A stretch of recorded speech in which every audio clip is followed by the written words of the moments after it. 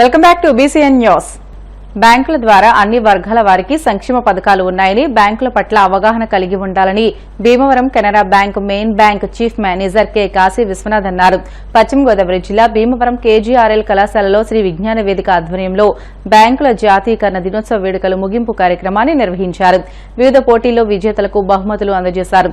Bank chief manager Kashi Vishwanath మాట్లాడుతూ బ్యాంకులు 1969లో జాతీయమై దేశ ఆర్థిక వ్యవస్థలో వెన్నెముకగా నిలబడ్డాయని అన్నారు. కళాశాల ప్రిన్సిపల్ ఐ రామచంద్రమూర్తి మాట్లాడుతూ జాతీయకరణ కారణంగానే బ్యాంకుల సేవలు పట్టణ ప్రాంతాల నుండి గ్రామీణ ప్రాంతాలకు కూడా విస్తరించాయని, గ్రామీణ ప్రాంత ప్రజలు బ్యాంకుల సేవల ద్వారా అనేక ఆర్థిక ప్రయోజనాలను పొందగలిగారని అన్నారు.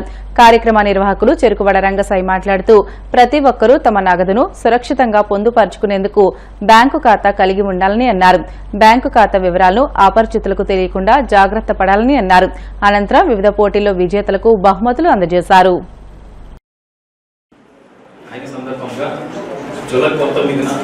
ఈ కార్యక్రమం జరుపుకోవడం నన్ను దీంట్లో భాగస్వామ్యం చేయడం చాలా ఆనందంగా ఉంది. ముఖ్యంగా ఇదంతా యూత్ జనరేషన్ కాబట్టి బ్యాంకింగ్లో మెయిన్ రెండు సేవలు ఉంటాయండి. స్టార్టింగ్ నుంచి కూడా ఒకటి ఫస్ట్ డిపాజిట్స్, అంటే ప్రజల దగ్గర నుంచి డిపాజిట్స్ తీసుకొని దాన్ని మళ్ళీ తిరిగి ప్రజలకి లోన్ల రూపంలో ఇవ్వడం. ప్రజల దగ్గర తీసుకున్న డిపాజిట్స్కి వడ్డీ ఇస్తుంది బ్యాంక్, ప్లస్ లోన్లు ఇచ్చిన దానికి మళ్ళీ వడ్డీ ఛార్జెస్. ఆ డిఫరెన్స్ మార్జిన్ తోటే బ్యాంకులు రన్ అవుతాయి. అదేవిధంగా బ్యాంకులు కూడా ప్రతి సంవత్సరం కూడా వాళ్ళకి వచ్చే ప్రాఫిట్స్లో కార్పొరేట్ సోషల్ రెస్పాన్సిబిలిటీ కింద ప్రతి బ్యాంకు కూడా, ఏ బ్యాంక్ అయినా సరే సోషల్ రెస్పాన్సిబిలిటీ కింద కాలేజెస్ కానీ స్కూల్స్ కానివ్వండి, పార్క్స్ కానివ్వండి, ఏదైనా వాటర్ ఫిల్టర్స్ అలా పెట్టడానికి సిఎస్ఆర్ ఫండ్స్ కింద స్పెండ్ చేస్తున్నాయి. ఇప్పుడు ముఖ్యంగా చెప్పండి, మీ యూత్ వచ్చేసరికి కెనరా బ్యాంకులో కెనరా ఆస్పైర్ అని చెప్పి ఒక స్కీమ్ స్టార్ట్ చేశారండి. అది వచ్చేసి 18 ఇయర్స్ నుంచి 28 ఇయర్స్ మధ్యలో అనమాట. అది కేవలం జీరో బ్యాలెన్స్ అకౌంట్. ప్లస్ దానిలో ఏంటంటే మీరు కనుక 2000, 5000 అలా మెయింటైన్ చేసుకుంటే బ్యాలెన్స్ కనుక మెయింటైన్ చేసుకోగలిగితే కోర్సెరా అనే ఒక ఇన్స్టిట్యూట్ ఉంది. కోర్సెరా ఇన్స్టిట్యూట్ నుంచి ఒక కోర్స్ ఫ్రీగా వస్తుంది. అది సర్టిఫైడ్ కోర్స్ అనమాట. రేపు మీకు జాబ్స్ పర్పస్ కానీ వాటికి అది ఉపయోగపడుతుంది. ప్లస్ ఇక్కడ ఈ జాతీయకరణ ఉద్దేశం, బ్యాంకుల జాతీయకరణ ముఖ్య ఉద్దేశం వచ్చేసి సోషలైజేషన్ అనమాట. ఇంతకుముందు బ్యాంకింగ్ వ్యవస్థ ఓన్లీ కొంచెం పెట్టుబడిదారులకి వాళ్ళకి అందుబాటులో ఉండేది. కానీ ఈ జాతీయకరణ తర్వాత ఏంటంటే సామాన్య ప్రజలకు కూడా అందుబాటులో రావడం జరిగింది. అంటే మనకి ఎంతో వస్తుంది, మనం సేవింగ్స్ ఎంత చేస్తున్నాం, ఎంత ఖర్చు పెట్టుకున్నాం, ఈ ఫైనాన్షియల్ డిసిప్లిన్ కనుక ఉంటే కనుక ఎవరిబడి లైఫ్లో సక్సెస్ అవుతాయి.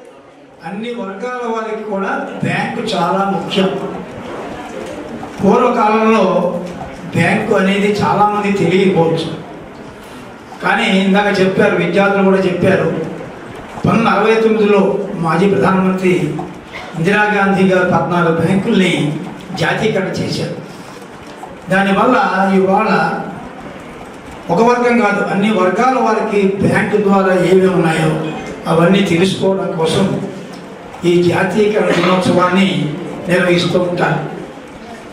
మరి ఇవాళ పరిశ్రమలు కానీ, కార్మికులు కానీ, ఇంకోటి కానీ రైతులు కానీ అందరికీ కూడా బ్యాంకుల ద్వారా అనేక సంక్షేమ పథకాలు ఉన్నాయి.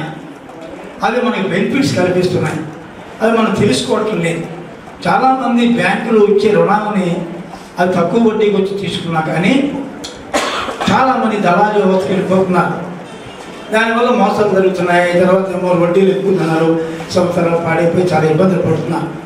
అందుకని బ్యాంకు అనేది మీకు ఒక నిధి, మన సొమ్ముకి ఒక నిధి, ఒక దేవాలయం లాంటిది. అంటే విద్యార్థులంతా కూడా మీరు డిపాజిట్ చేసుకోవడానికి బ్యాంకు వాళ్ళు అనేక స్కీమ్స్ పెట్టారు. మరి వాళ్ళ కెనరా బ్యాంక్ మేనేజర్ గారు కాశీ విశ్వనాథ్ గారు చక్కని స్కీమ్ పట్టుకొచ్చారు ఒకటి. ఇవన్నీ మీరు అవగాహన చేసుకుని బ్యాంక్ వ్యవస్థ మీద పెంచుకుంటే మీ రూపాయి మీకే ఉంటుంది, బ్యాంకులో పెట్టుకోవడం ఎటువంటి వాళ్ళు జరగదు. అంచేత ఇవాళ 4 రోజుల బట్టి ఈ కార్యక్రమం చేస్తున్నాం. అన్ని కాలేజీల్లో కూడా విద్యార్థులు చాలా బాగా మాట్లాడారు. అన్ని యూనిట్స్ కూడా ఎన్ఎస్ఎస్ యూనిట్స్, ముఖ్యంగా కేజీఆర్ కాలేజీలో ఇవాళ మరి అన్ని పోటీల్లో కూడా పాల్గొన్నారు. పశ్చిమ గోదావరి జిల్లా ఉండి మండలం పాములపరు గ్రామ దేవత శ్రీ పాసాలమ్మకు టీడీపీ గ్రామ అధ్యక్షులు తోట శ్రీరాముల ఆధ్వర్యంలో బుధవారం మహిళలు ఆషాఢమాస శారీ సమర్పణ కార్యక్రమాన్ని కన్నుల పండుగ నిర్వహించారు.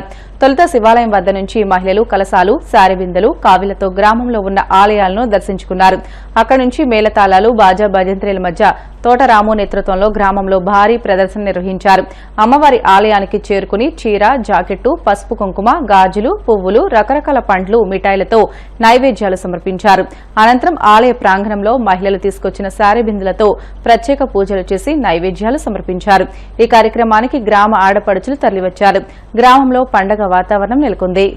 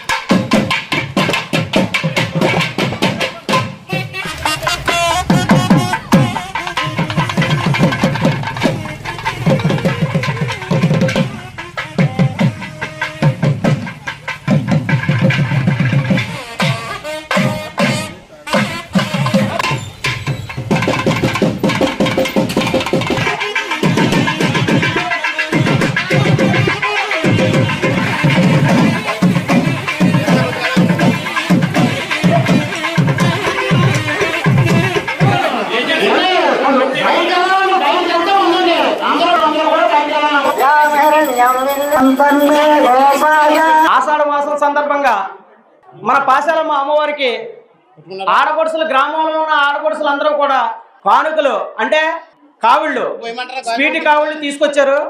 ఆషాఢ మాసం సారి అంటారు. ప్రతి గ్రామంలోనూ జరుగుతున్నాయి అమ్మవారికి. అంటే 101 దేవతలు ఉంటారు. దేవతలందరూ కూడా ప్రతి గ్రామంలోనూ ఒక అమ్మవారు ఉంటారు. ఆడపడుచుల్ని చూస్తూ ఉంటుంది అమ్మవారు. అలాగే ఆడపడుచులు కూడా ప్రతి గ్రామంలో కూడా ప్రతి శుక్రవారం అమ్మవారికి అంటే ఆదిపరాశక్తి కాబట్టి ఆవిడికి ఎప్పుడు కూడా పూజలు చేస్తే ఆ గ్రామం సస్యశ్యామలంగా ఉంటుందని మన యొక్క కోరిక. ఇవాళ మనందరం కూడా ఇంత ఆరోగ్యంగా ఇంత సస్యశ్యామలంగా ఉన్నాము అంటే మన పాములపరు గ్రామ దేవత అంటే పాశాలమ్మ అమ్మవారి సెలవేనే.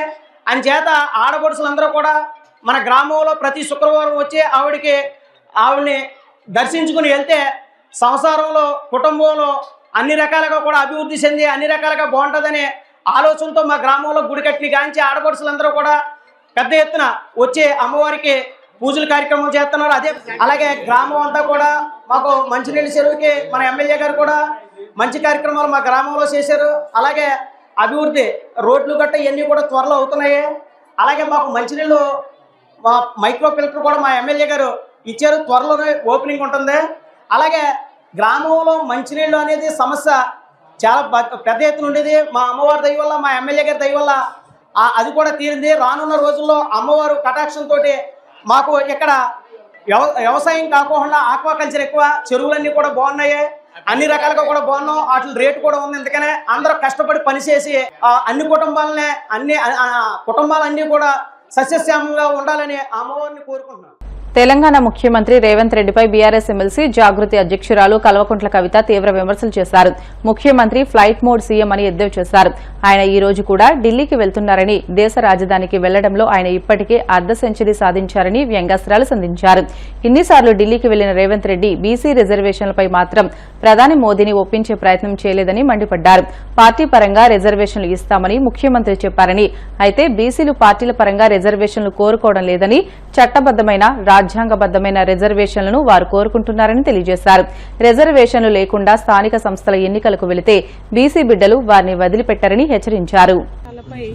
రెండు జాతీయ పార్టీలు కూడా తెలంగాణ ప్రజలను మోసం చేస్తున్నాయని చెప్పక తప్పని పరిస్థితి ఉన్నది. మరి బీజేపీ రాష్ట్ర అధ్యక్షులు చేసినటువంటి స్టేట్మెంట్ అయినా, బీజేపీ ఎంపీలు, కేంద్ర మంత్రులు మాట్లాడుతున్నటువంటి అంశాలను చూసినా కూడా చాలా బాధాకరంగా ఉన్నది. ఇక్కడ బిల్లు 2 అసెంబ్లీలో, కౌన్సిల్లో పాస్ చేసి పంపిస్తే రాష్ట్రపతి గారి దగ్గర పెండింగ్ పెట్టుకొని పంపకుండా మేము ఇయ్యము అని చెప్పి దానికి మతపరమైనటువంటి రంగు పులిమేటటువంటి ప్రయత్నం బీజేపీ చేస్తున్నది. దీన్ని నేను తీవ్రంగా ఖండిస్తా ఉన్నాను.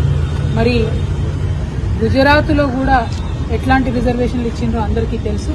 తెలంగాణకు వచ్చేటప్పటికే మీకు ఓట్లు ఇక్కడ రావు అని తెలిసే ఇటువంటి ప్రయత్నాలు బీజేపీ చేస్తున్నారు. ఉత్తరాది రాష్ట్రాల్లో మాత్రం 50% పైచిలుకు రిజర్వేషన్లు బీజేపీ అమలు చేస్తుంది. కానీ కేవలం తెలంగాణకు వచ్చేటప్పటికి, దక్షిణాది రాష్ట్రాలకు వచ్చేటప్పటికి కోర్టులో ఉంది అది ఇది అని సాకులు చెప్పి బీసీ బిడ్డలను రిజర్వేషన్ కి దూరంగా ఉంచడాన్ని నేను చాలా తీవ్రంగా ఖండిస్తా ఉన్నాను. ఎట్ ద సేమ్ టైం మన రాష్ట్ర ముఖ్యమంత్రి గారు మరి ఆయన ఫ్లైట్ మోడ్ సీఎం మళ్ళా ఇవాళ కూడా ఢిల్లీకి పోతాడట.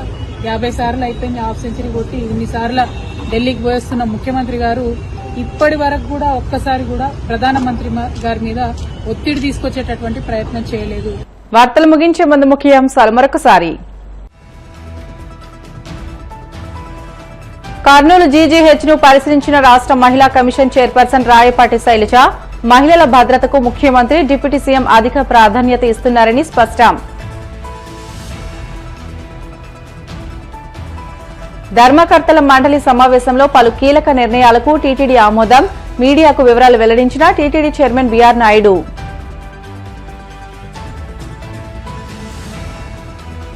కూటమి ప్రభుత్వ పాలనలో అరాచకం పెచ్చుమీరుతుందన్న వైసీపీ నేత చంద్రశేఖర్ రెడ్డి. ప్రభుత్వ అధికారులకు రక్షణ లేకుండా పోయిందని ధ్వజం.